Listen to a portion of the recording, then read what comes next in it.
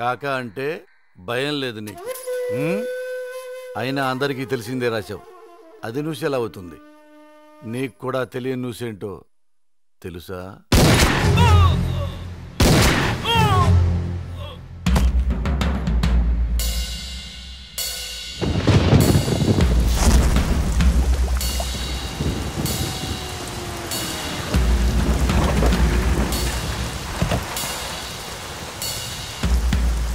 తప్పు చేస్తున్నావు ఆత్మ.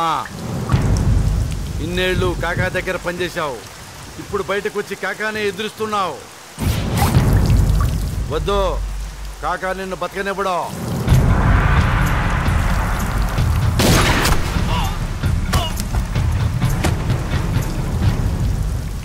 నేను కాకాని బతకనివ్వను.